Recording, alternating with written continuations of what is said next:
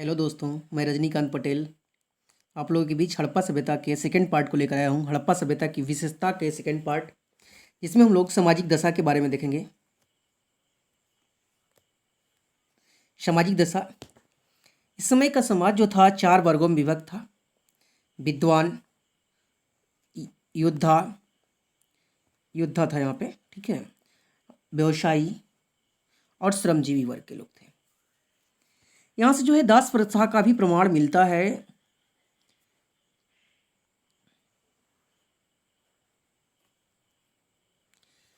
समाज में सती प्रथा का भी प्रमाण मिलता है। लोथल में युगल समाधान के 3 समाधान इस तरह से जो है मिले हैं, जो है पति और पत्नी के साथ, मतलब यहाँ पे एक साथ जो है अटैच समाधान मिले हैं वहाँ पे। वहीं कालीबंगा में जो है एक समाधान मिला है। कालीबंगा में जो है युगल समाधान एक मिला है। वहीं समाज जो है यहाँ का इस समय का मातृसत्तात्मक था।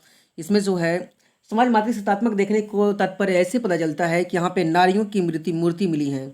अधिकांश जगह पे यहाँ पे नारियों की मूर्ति मिली है, ठीक है।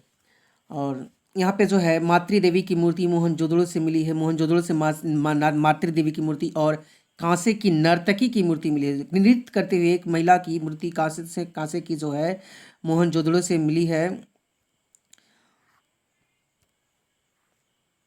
वहीं बात करें हम लोग भोजन की, तो उस समय के जो लोग थे यहाँ पे शाकाहारी और मांसाहारी दोनों हुआ करते थे। शाकाहारी जो होते थे वो गेहूँ, जौ, चावल, फल, सब्जियां, खजूर, तरबूज, नींबू, दूध आदि के प्रयोग करते थे। इसके साक्ष्य कुछ कुछ जगहों पे मिले हैं, जैसे चावल के साक्ष्य जो है लोथल से मिले हैं। धान के साक्ष्य जो है धान के भूसी के जो साक्ष्य हैं रंगपुर से मिले हैं। कपास की खेती के साक्ष्य, कपास के जो साक्ष्य हैं वह मेहरगढ़ से मिले हैं।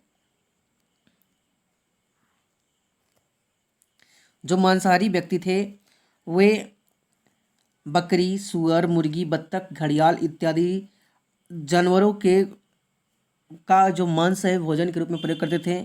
इसके प्रमाण के रूप में देखा जाता है कि कहीं कहीं पे अधजली हड्डियां जो है इनकी मिलती हैं।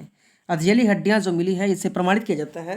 इसे जो इतिहासकारों का मानना है कि यहाँ के जो लोग थे मांसाहारी भोजन के रूप में इसका प्रयोग किया करते थे। सिंधुवासी जो है पेय पदार्थ का भी प्रयोग करते थे। पेय पदार्थ जैसे कि जो है शराब वगैरह इस तरह का सेवन जो है सिंधुवासी किया करते थे। आभूषण के रूप में जो है सिंधुवासी सोना, चांदी, माणिक्य, मिट्टी, सीप, हाथी दांत इत्यादि के प्रयोग करते थे। इनके बारे में जो है एक जो इनकी जो मूर्तियां हैं, मूर्तियों से इसके बारे में पता चलता है। वहीं मोहनजोदड़ो से जो है तांबे के एक दर्पण मिले हैं, तांबा का एक आईना मिला है, वो मोहनजोदड़ो से मिला है। इसके बारे में कभी कभी क्वेश्चन पूछ सकता है आपसे एग्जाम में कि तांबे के दर्पण कहाँ से प्राप्त हुए हैं, तो मोहनजोदड़ो से हुए हैं। वहीं चनहुदड़ो से बात करें तो चनहुदड़ो से कंघी बना हुआ, हाथी के दांत में जो है सुई लगी हुई है और इस तरह से जो है कंघी का प्रयोग होता था। गले में जो है कमर में आभूषण पहने हुए एक मतलब पहने हुए महिला का भी चित्र आपको देखने को मिला है चनहुदड़ो से।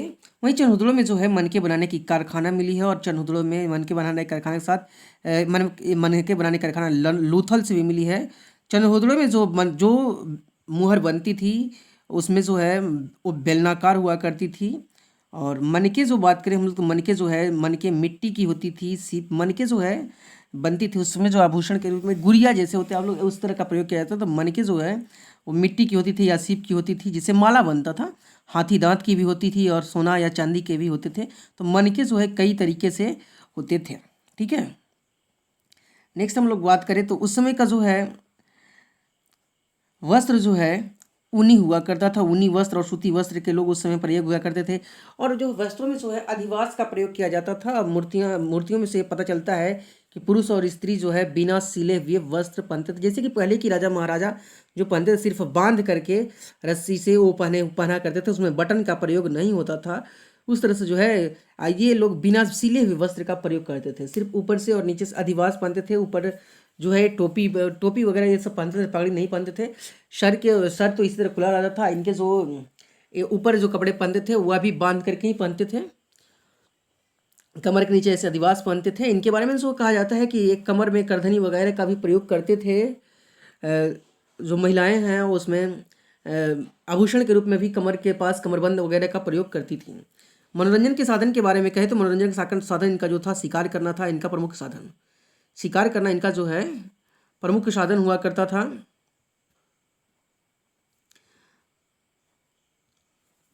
और इसमें शिकार करना प्रमुख साधन था। हाथी दांत, पत्थर, हड्डियों तथा मिट्टी से बने पासे जो है इसका प्रयोग करके ये लोग खेला करते थे।